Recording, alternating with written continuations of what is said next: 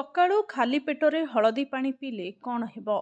କାହାକୁ ମିଳିବ ଲାଭ, କାହାର ହେବ କ୍ଷତି?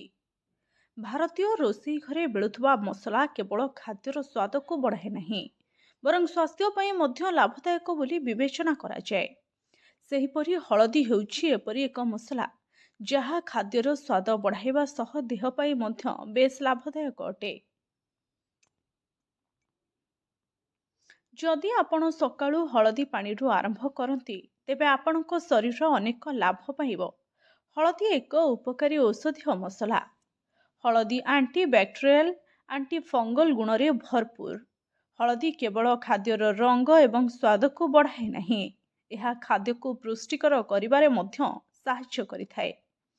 ହଳଦୀ ଦାନ୍ତ, ରୋଗ ପ୍ରତିରୋଧକ ଶକ୍ତି ଏବଂ ପେଟ ସମସ୍ୟାରୁ ମଧ୍ୟ ଆରାମ ଦେଇଥାଏ। ହଳଦିଆ ସ୍ୱାସ୍ଥ୍ୟର ଉନ୍ନତି ପାଇଁ ମଧ୍ୟ କାମ କରେ। ପ୍ରତିଦିନ ଏହାକୁ ଖାଇବା ଦ୍ୱାରା ଶରୀର କ'ଣ ଲାଭ ପାଇବେ ଆସନ୍ତୁ ଜାଣିବା। ଖାଲି ପେଟରେ ସକାଳେ 1 ଚାମଚ ହଳଦୀ ମିଶାଇ 1 ଗ୍ଲାସ ଉଷୁମ ପାଣି ପିଇବା ଦ୍ୱାରା ଓଜନ ହ୍ରାସ ହୋଇଥାଏ। ପେଟର ଚର୍ବି ତରଳିବାରେ ହଳଦୀ ଅଧିକ ପ୍ରଭାବଶାଳୀ ବୋଲି ବିବେଚନା କରାଯାଏ। ଖାଲି ପେଟରେ 1 ଗ୍ଲାସ ହଳଦୀ ପାଣି ପିଇବା ଆପଣଙ୍କ ହଜମକୁ ମଜବୁତ କରିଥାଏ। ହଳଦୀ ପାଣି ପିଇବା ଦ୍ୱାରା ଅଦୃଶ୍ୟତା, ଗ୍ୟାସ୍ ଏବଂ ଅମ୍ଳତା ଭଳି ସମସ୍ୟାରୁ ମୁକ୍ତି ମିଳିଥାଏ। ସକାଳେ 1 ଗ୍ଲାସ ହଳଦୀ ପାଣି ପିଇବା ଦ୍ୱାରା ଆପଣଙ୍କ ଶରୀର ସତେଜ ଅନୁଭୂତ ହୋଇଥାଏ। Bureau report, HTV Odia.